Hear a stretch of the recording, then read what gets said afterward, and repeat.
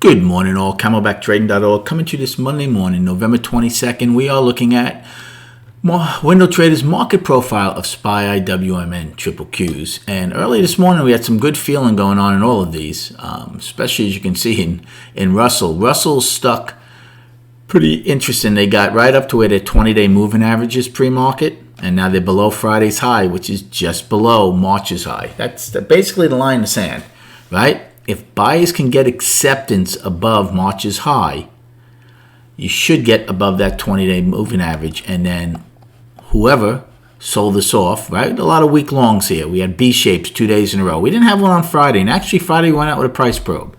So first things first, if they take out Friday's high in IWM and Righty, you'd come into balance on the daily. Then the next step would be to get over the 20-day moving average. And then we see if we can start getting back to the all-time high, which is $10 away. If you can't get above this and you get more and more acceptance into that 8-month balance, buyers need to beware. Triple Qs already with a new all-time high in the pre-market. They're actually looking to possibly gap higher.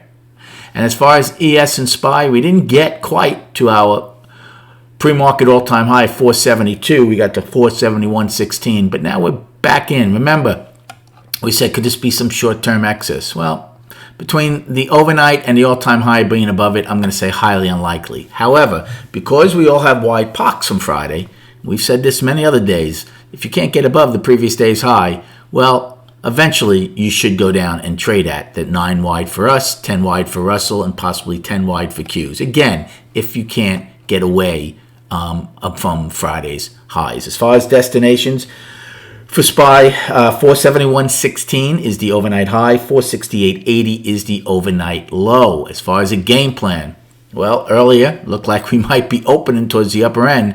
If we're able to take out Friday's high, again, there's nothing until the all-time overnight high. You would think they should be able to get that. Remember, it's a short week. It's only 3.5 days. It's a holiday week.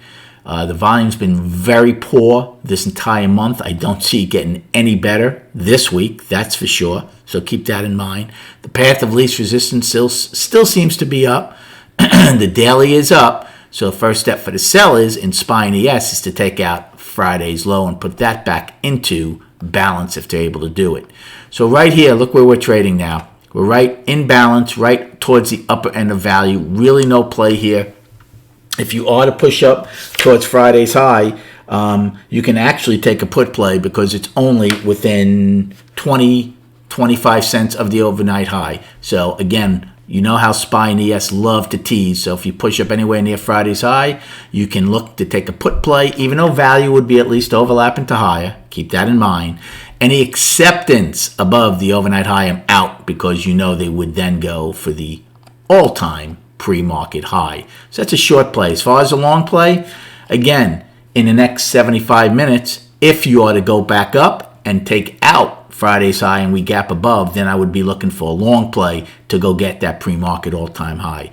If you open right where we are now, at some point, any acceptance into Friday's value, we should at least go and trade at the 9 wide POC. And then just quickly, just going to show you the daily. Monthly's up, weekly's up, daily is up. We had an outside day up on Thursday. Didn't really prove too fruitful on Friday. We got that nice pop, but that's really it. We came back in. But I'm still calling the daily up for now, given the buyers there due. Good luck trading today. Have a great day, and we'll recap at 4 p.m.